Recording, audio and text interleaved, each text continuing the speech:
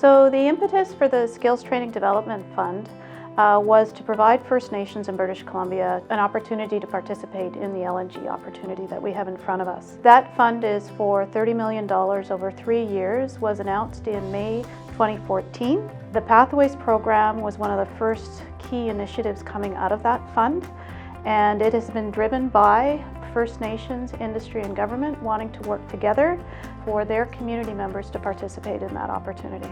For Aboriginal people who are already working, they're probably going to float with the rising tide, and they're probably going to be job competitive.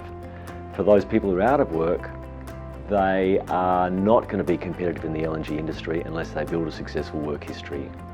That compelled us to back this program that gets out of work First Nations into jobs. Since the Pathways program, I've been slowly becoming a plumber.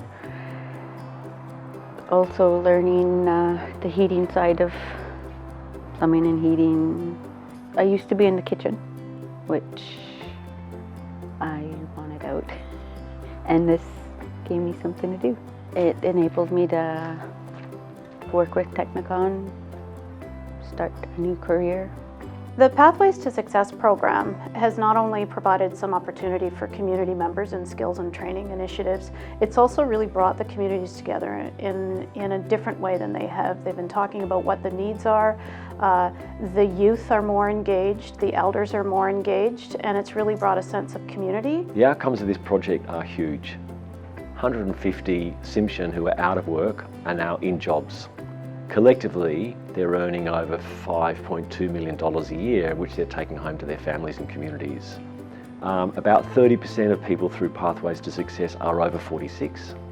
In non-Aboriginal societies, if you're out of work at 46, you're probably never going to go back in the workforce, and yet nearly a third of the Tsimshian who have gone through Pathways to Success so far are over 46. The province came in to a roundtable type approach that industry and First Nations had started on this to respond to those needs, and it's been a co-design of what is that program going to look like for those communities. And instead of government coming to First Nations and saying, here's a program for you, we're working together in partnership with First Nations and with industry, and it's strengthened that relationship and our ability to work together in a better way than we have.